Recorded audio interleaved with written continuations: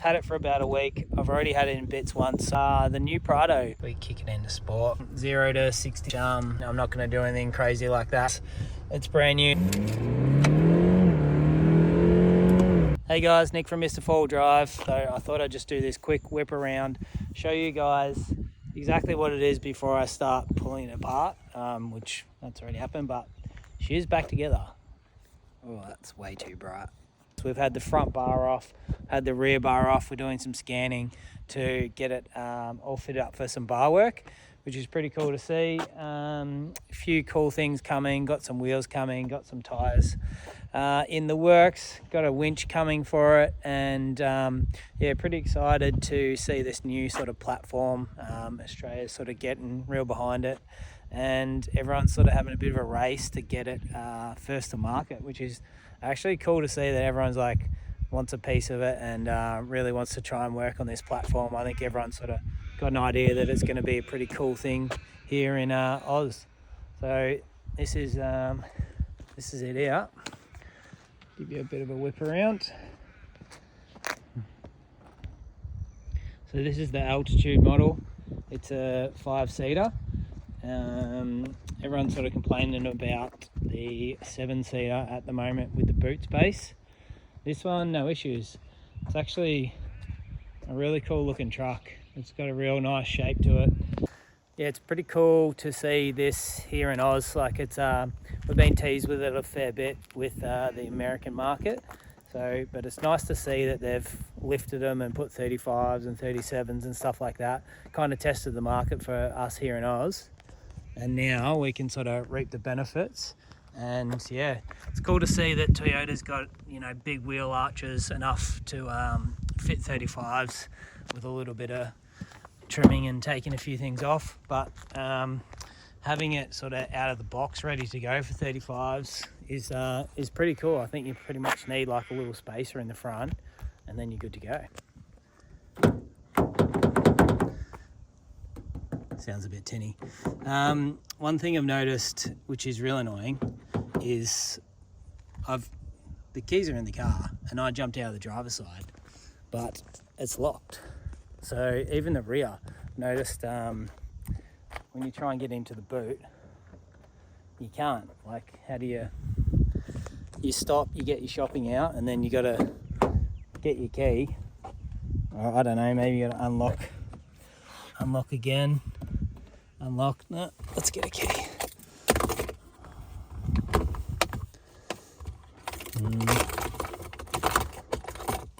Lucky dip.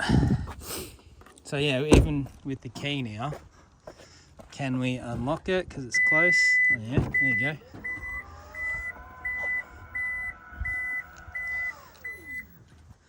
The beeping's gonna get real annoying. I don't know why, but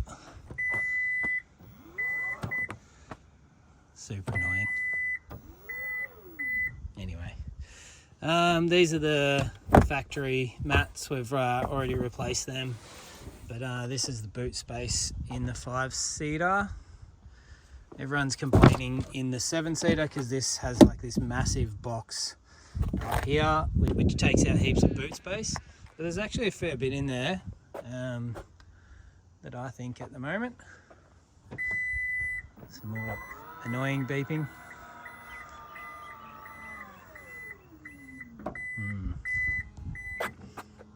She's still going. All right, now that we can actually get into this side of the car, show you in the back here. It's a pretty nice finish. It's kind of like perforated leather, which in the front's cool because you've got heated and cooled seats. Obviously not in the second row. I actually haven't seen back here. What do we got? USBs, USB-C, that's pretty cool. Obviously you can adjust the rear aircon in the back here, vents up the top, up there.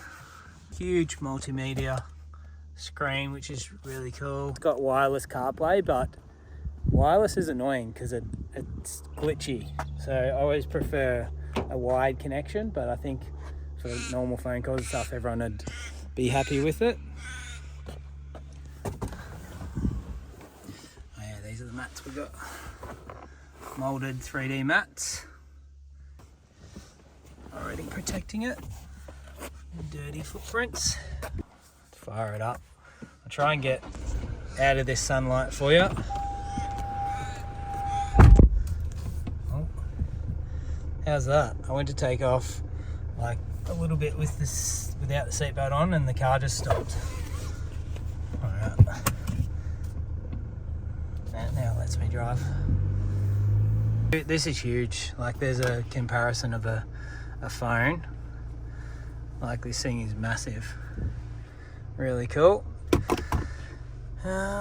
Spotify apps, so it's real responsive as well on the screen, and then this is to get back to all your Toyota stuff, which I think climate and stuff is here. So it's a bit fiddly if you want to try and operate it from here, but then you have all the physical buttons down here. Heated steering wheel, heated seats, both sides, and then you've got also cooled seats as well, which I think is just a fan that runs underneath. Yeah, and you've just got like old school sort of button, but reliable, so that's handy. It's not really like a volume knob that you would get to. It's down underneath here, which is in, I think, an odd spot. Like, obviously passenger can get it as well, but it's really odd down there. I think you've got it on your steering wheel here as well, which is handy, and then you've got all your normal sort of functions and features here. Radar cruise, I'm pretty sure you have lane departure, all your sort of normal techie things these days. But yeah, for a Toyota, it's pretty techie, which is good. We've got drive mode, so sport, normal, eco. I've never actually driven it in eco, I always kind of drove it in sport.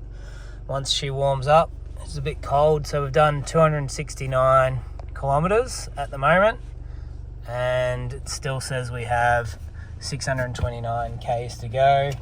Got the cool box in the middle, so that actually works really well. What else we got? I think rear locker, center lock, rear stabilizer, disconnect. I can't remember what that stuff's called. I don't know what this is. This is always on. It always says drive mode. MTS, no idea what that is. Crawl, I'm assuming that's obviously crawl. You got the phone charger there, which made noises. Not sure how it likes having the quad lock magnet on there. That probably annoys it. Oh yeah, sunroof. Some lights. These are, you swipe them and they turn on. Does that work? It does. Yeah, it turns off, which is kind of cool. This is actually really cool. In the mirror, so you flick it like the lights are in your rear vision, and it turns on camera. So you turn it back, it's just the mirror, and then now you got a camera, and then you can adjust all the, like where it's pointed and stuff like that. So that's kind of cool. Left and right, all sorts of stuff. So that's actually, I actually quite like that feature. I don't know what that's mean. This feels like a big blind spot in the car. I don't like that when you're looking out the front. It just feels like that's such a big blind spot. This could be a bit higher, and then you'd have better view out from under it. It just seems to take out a lot of the view. The vents are really cool. I actually like them. A few people commented and said they look like they're Mercedes ones, but I quite like them. They're kind of cool. JBL stereo here. Just got the quad lock up there. Some other things that it does, it's got an app with it, so Toyota app, which is actually a bit funky to use, but it is good. So you can start the car, you can lock the car. Not sure if you can lock the keys in the car with the app, which is sometimes handy if you go for a run or something, or you want to drop it off for a service, lock the car, let someone come and you unlock it from wherever you are, and they can jump in it. It feels a bit cramped in the driver's seat for me. I'm about 6'1", but overall I think Australia's really going to get behind it, and I think we'll see some cool builds going on. Another thing it's got, let me do that. It's got AdBlue, which it's the first car I've ever had with AdBlue. I've heard not very good things about AdBlue, because like if you're doing sort of like remote travel, just turning it off. Yeah, AdBlue and remote travel, you're going to need to fill up with AdBlue, and we're not sure yet if it'll let you drive when you run out of AdBlue, or whether it's just going to say do it at next stop or something like that, or if it's just going to shut down. So that's something I'm going to have to find out soon. This one being the altitude, you get the two-tone roof, which I'm sure a lot of people are going to know about these at the moment. But I really wanted the two-tone roof. I think America you might even get a white roof and we get grey. Correct me if I'm wrong. You get 18-inch wheels. What size? 265 70 18s. And I noticed that they're quite close to the brakes. So to replace them, I was just going to get 18s again, because I reckon 17s would be real tight. Stick with the 18s. And probably going to run up to like a 34, which should be still legal here in Victoria. But basically I just want to do a quick whip around of the car before I get too excited, pull it apart, and normally I forget doing this step. Normally I've already got it with wheels on it and lift kits and all that sort of stuff. So I thought I'd just do this real quick. If I've got anything wrong, let me know, because I'm just learning about this car now. But if you guys have got anything that you guys can add, anything you know that is going to help me in this build, that would be greatly appreciated. Toyota didn't really release much. I don't even know how big the fuel capacity is, so if someone knows that, that'd be great. What do you guys reckon about the blue? I wasn't real sure about it first, but now I'm pretty excited about it. I actually had a black one on order after seeing a few in America. I was like, you know what, I'm going to change it to get a blue one. Actually stoked I did it, because I don't think many people are going to do it. I was thinking like white's a bit boring. I wasn't sure what any of the other colours are going to look like. There wasn't really many released for us to sort of understand what colours we're going to get. But overall, real happy with this colour choice. I think it's really cool. I kind of liked the round lights in America, but now seeing it here, I think it all suits really well with the front of the grille, big square headlights. Not sure if you can see, but the heads-up display, that's actually a cool feature. I'm pretty sure you can turn it on and off. One thing that you do notice, heads-up display doesn't work through polarized sunnies. So as soon as you put that on, it's going to make a liar out of me. You'll lose the vision of it, which is actually not doing anything when I try that. And yeah, some other things that I've noticed is it feels a bit tight in between here and here. Notice I'm sort of like resting against each side. Someone else said that a lot of new cars are kind of like that with the big center console here. I'm kind of used to the 70 series, which has actually, like, it's really low here. There's nothing here, and there's a little foot thing. I kind of put my foot up on that to drive on long drives. So that's another thing I've kind of noticed. But you do get used to it. It's just something like straight away. Oh, another cool feature. Hit the camera, and I think when you're driving in different modes, it shows you different things. So when we're in park, I think it'll show you a whip around of the outside of the car, which is actually cool. Kind of shows you what's around. So that's a handy feature. Stop you driving into things. And I guess once you go into reverse, it shows you the reverse view. And there must be options here. Oh yeah, changes. It's kind of like fisheye and normal.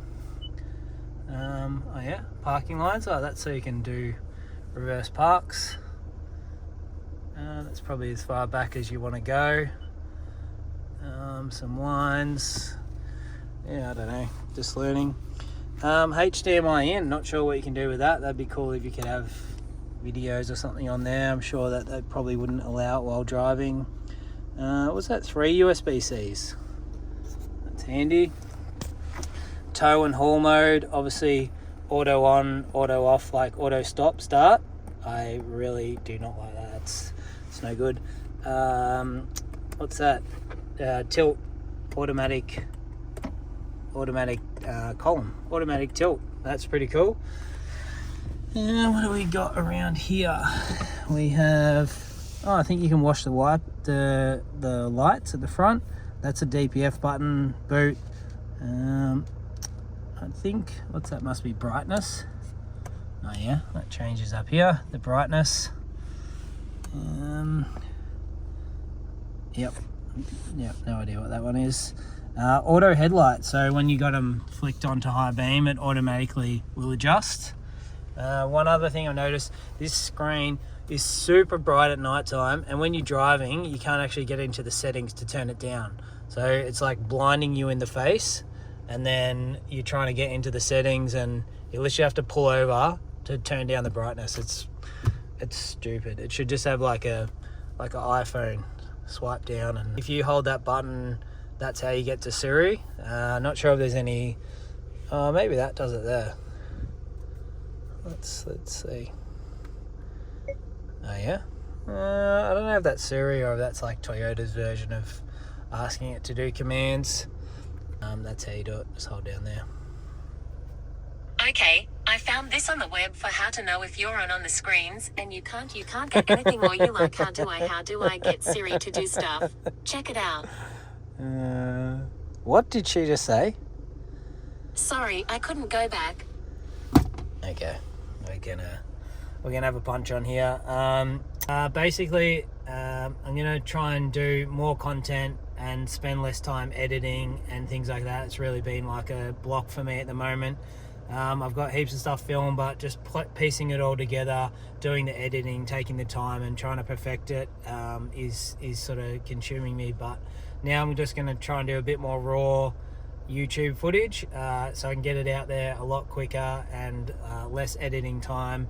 And as I guess that'll progress, I'll hopefully learn a few more tricks about editing and get it all nice and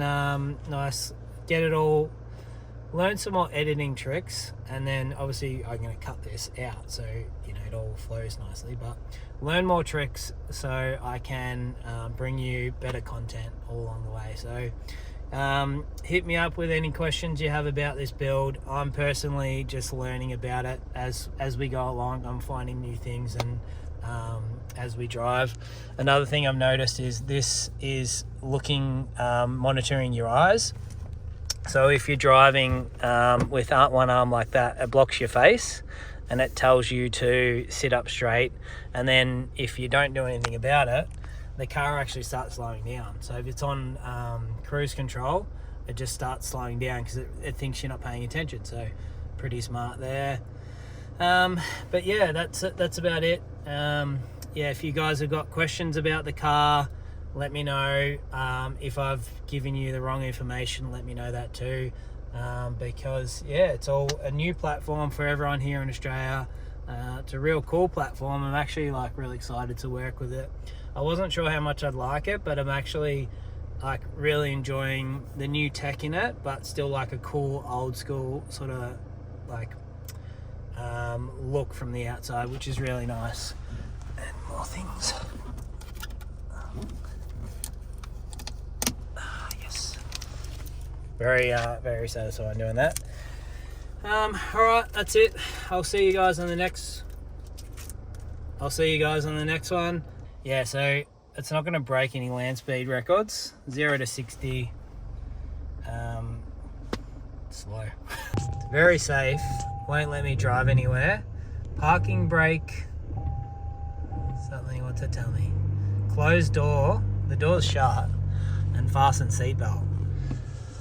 So it's in drive, but won't let you go anywhere, which is actually quite smart. Ready?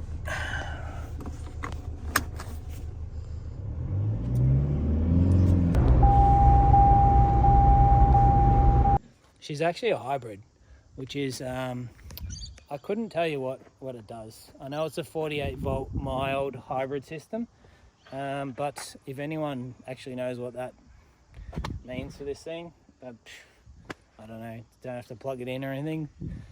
So yeah, not sure. Anyway, let's do this, follow along, and yeah, we'll do some cool mods to this thing. And also got some other projects going on in the background, 80 series stuff coming out. I've also got another build in the works that I'm not releasing yet, but stay tuned for that. All right, see you guys.